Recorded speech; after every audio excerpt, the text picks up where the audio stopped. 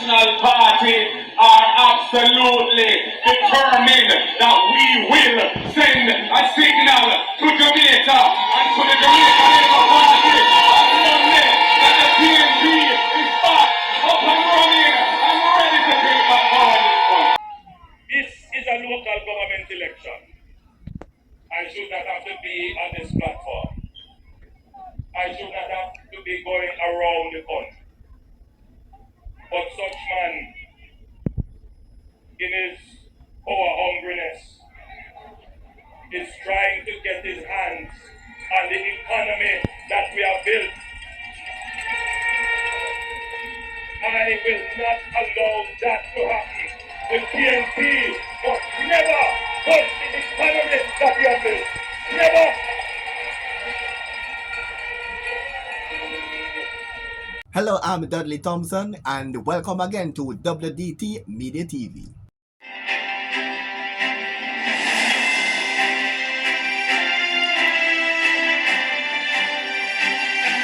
Welcome back, I'm Dudley Thompson. The PNP is now saying they are energized, they're united, and they are ready to take back the country.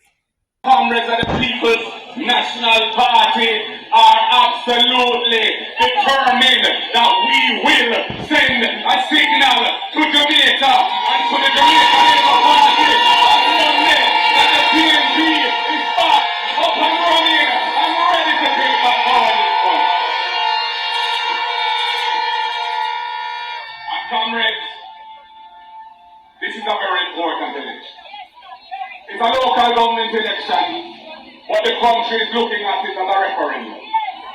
Because we've had 8 years of Labour Party government and we have suffered under it immeasurably. We have seen the cost of living increases with the inflation after COVID. And we have seen the prices of food and other things going up, transportation. Hard, life hard on the people. Hard to put food on the table. Hard to send your children to school. I've been telling them to push on the crisis. They're not listening. And comrades, the people are fed up.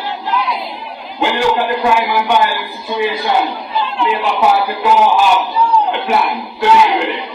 They only think in one way, and it's a complex issue of attacking from all sides, including uplifting the youth them and giving the youth them fresh opportunities to make life in positive ways. They can just knock down the youth them.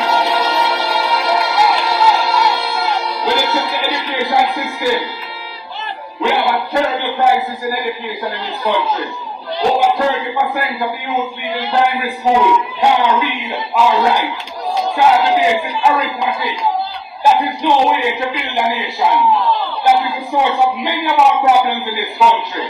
Because the youth then start secondary school and they don't have the basics and they feel like they're not ready and they feel demoralized and when they finish they don't have nothing to show for it and then you know they get themselves into all kind of negative behavior.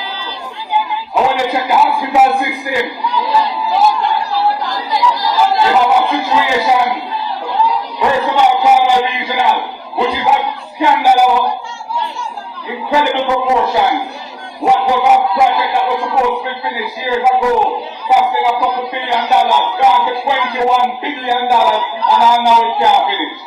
And when you check Lamar Hospital, the conditions are atrocious. And we have a situation in all public hospitals across this country. When people go there and they need a bed, they need to be admitted, they're very sick. They end up having to stay hours, days, sitting on a bench, sitting on a chair. Many of them go through that indignity and don't make it through because it's a wicked, wicked situation. And we're doing none from the Labour Party government to deal with that. And when you check the governance structure of the country, we have a government that is bringing Jamaica into disrepute. We have a government that has 6 members of parliament under investigation by the Integrity Commission for illicit enrichment and corruption.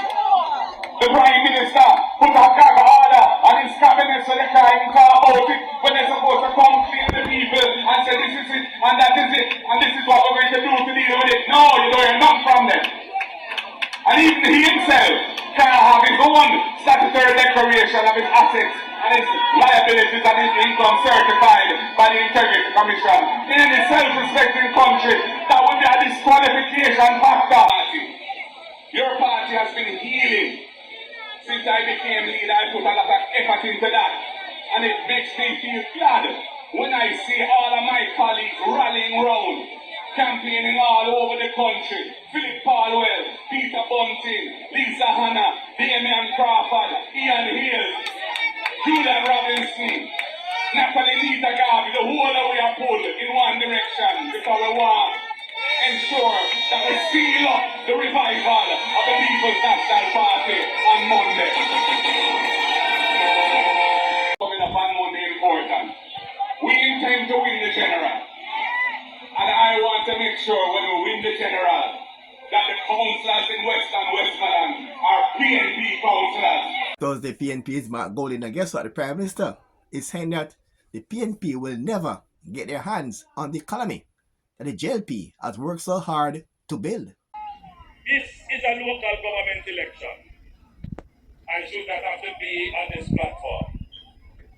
I should not have to be going around the country.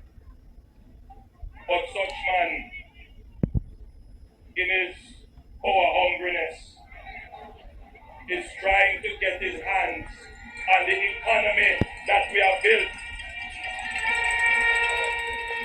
I will not allow that to happen.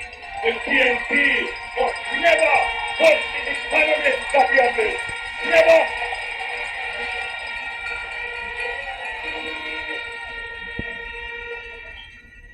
There are many young people in this audience who will not immediately get the message.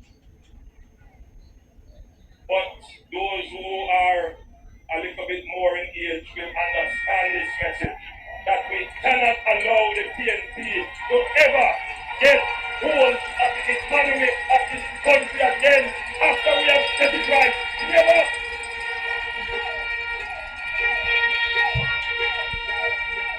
I want you to understand what is at stake here. You see them come out and I make all kind of promise. They want to spend off the money that they never met. They want to spend off the money from the economy that we have sacrificed on this.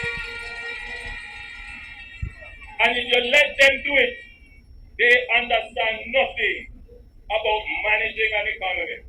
They cannot handle the politics of the country because within their own party, the forces of spending carelessly are very strong. You think we don't have the pressures of spending in our party? And we have to manage it carefully, that any expenditure that we do must not increase debt, must not increase taxes, must not imperil our balance of payment and our resources. And we have managed to do that well so far. Keep our exchange rate stable and keep our reserves stable. PNP don't have no clue about that. Some of you in the audience don't have no clue about that. But that's fine. That's why you elected us as your government to take care of those business for you.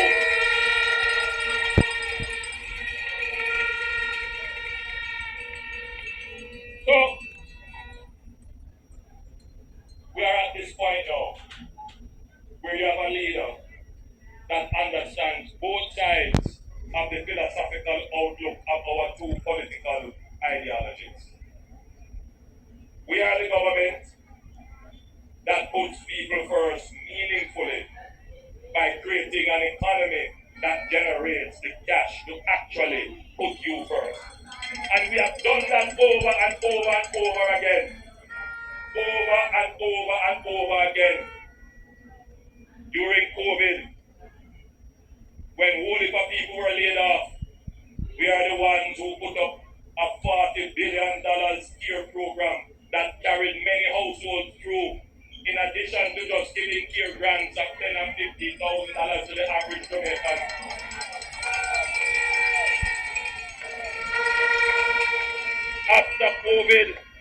After COVID, when prices went up sky high, had nothing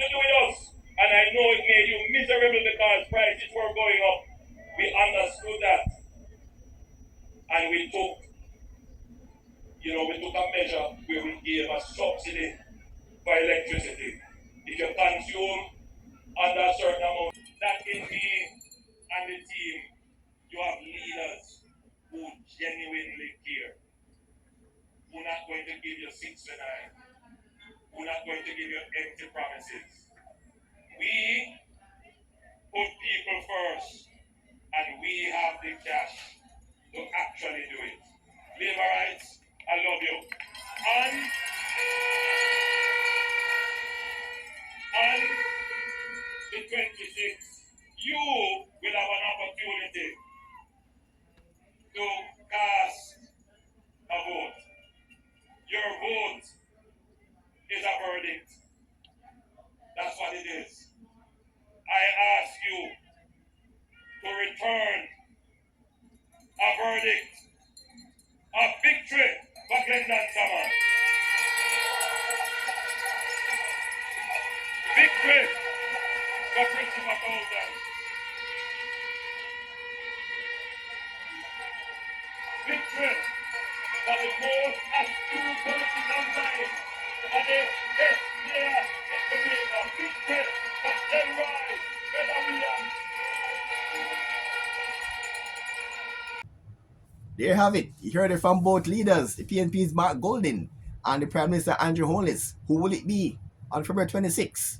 Will it be JLP again? Or will the PNP break their 2016 election drought? Your guess is as good as mine. I'm Dudley Thompson, and again, please like, share, and subscribe. And as usual, thanks for watching.